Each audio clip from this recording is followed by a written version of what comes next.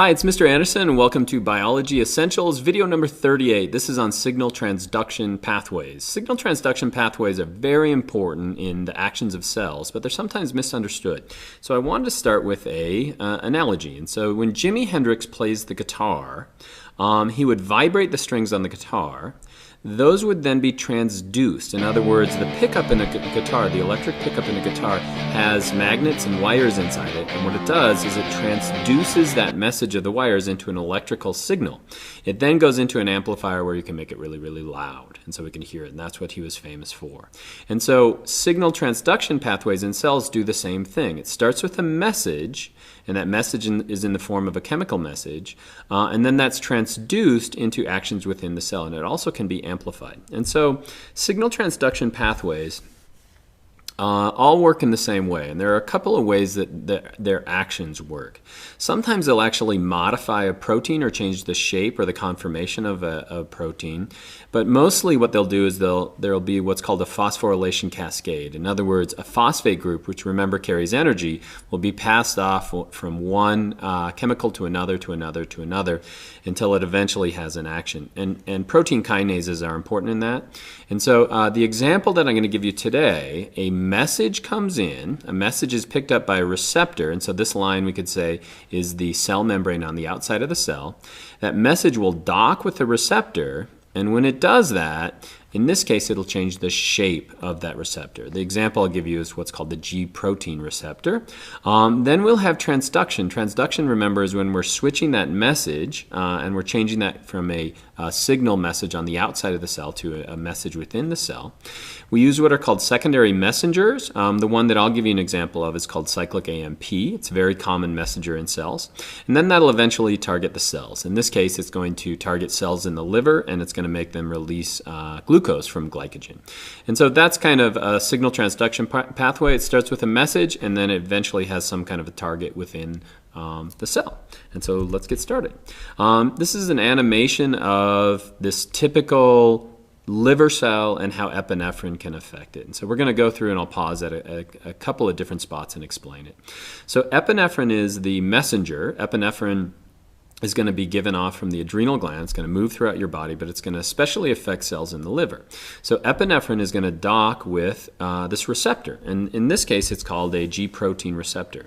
And so the epinephrine is what's called a ligand, and so a ligand is going to be a chemical. It's a chemical that can't make its way through this cell membrane. It can't make it through this hydrophobic region, so it's going to dock with the G protein on the outside. G protein is a protein that's embedded within, it's a snaky looking kind of a protein. It's embedded within that cell membrane. So it's got a portion on the top and it's got a portion on the bottom. It's got these units on the bottom. They're called subunits.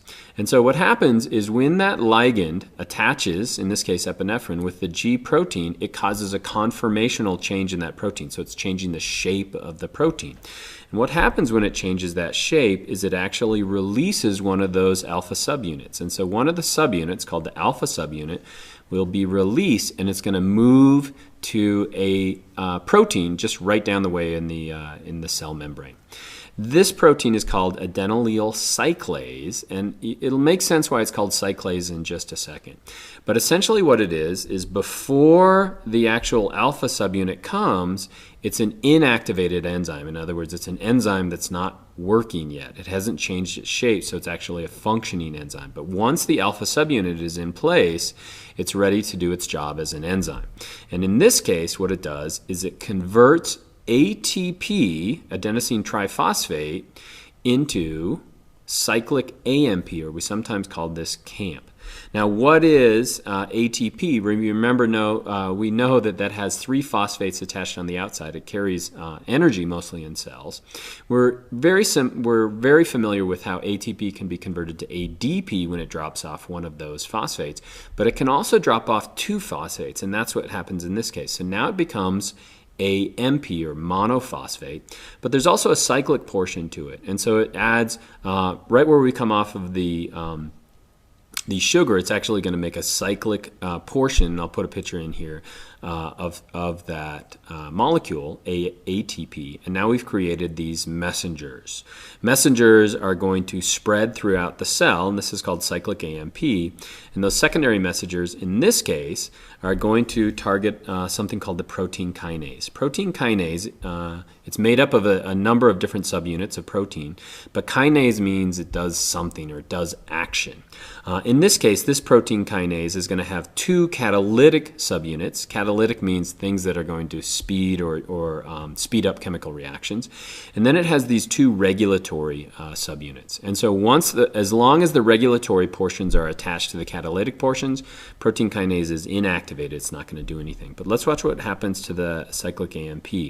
It'll actually bind to those regulatory portions of the protein kinase, and it releases the catalytic portions. And so now we have this cascade. In other words, we have this cascade of energy. Those catalytic portions are going to become phosphorylated. In other words, they're going to pick up energy from ATP, and they're going to become activated, and they change now from a green to kind of a yellow activated color. They then can act on enzymes within the cell. Sometimes they'll act through a number of different cells, molecules within the cell. In this case, it's going to drop off that phosphate to phosphorylase, and it's going to activate phosphorylase so it can release glucose from glycogen within the cell. Now, once we don't have that ligand attached anymore, we don't make that cyclic AMP, then the whole thing is going to shut down again.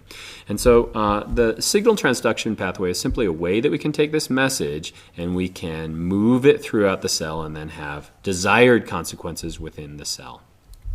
Okay, so let's do a little review. And if you've ever watched the show Dora the Explorer, there will be times where she just kind of pauses and looks awkwardly at the person who's watching the show. And so that's where you have to jump in and help a little bit. So let's do a little bit of review. So we start with this at the top. We've got epinephrine at the top. And so what do we call this? That's right. It's called the ligand. A ligand is a chemical that can't make entry into the cell, but it's going to attach to the receptor. So this is called the receptor. Do you remember what that's called? That's right. It's called the G protein. And so what will happen is that ligand will attach to the G protein. It's got a number of different subunits. This one right here on the end is called the alpha subunit. That's right. Hey, if you're not getting any of these, you may want to go back and watch the earlier portions of the video. We've got this over here, and this is probably the one that you're going to struggle with the most. What's the name of that? Oh, that's right, adenylyl cyclase. And so what happens is the alpha subunit is going to attach to adenylyl cyclase. We then have an enzyme that's functioning. It's going to take in these little starbursts. Those aren't starbursts. They're called, that's right, ATP. ATP will then be converted to cyclic AMP or CAMP. And cyclic AMP are now going to go work on this protein kinase. That's right, protein kinase. It has two portions that are catalytic and two that are regulatory. That's right. Okay, so the cyclic AMP is going to move over to that. But let's watch what happens for a second. Because there's not just a few cyclic AMPs in a cell. There are going to be lots of cyclic AMPs and lots of protein kinases in the cell.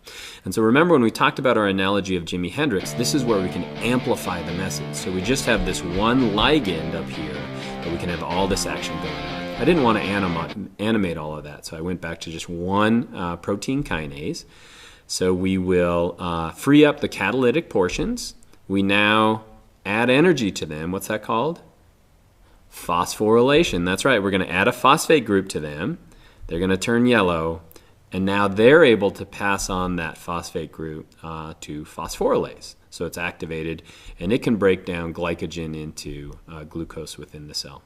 And so that's the signal transduction pathway. It's fairly simple. It's got a lot of steps in it, but it's just like playing the electric guitar. And so I hope that's helpful.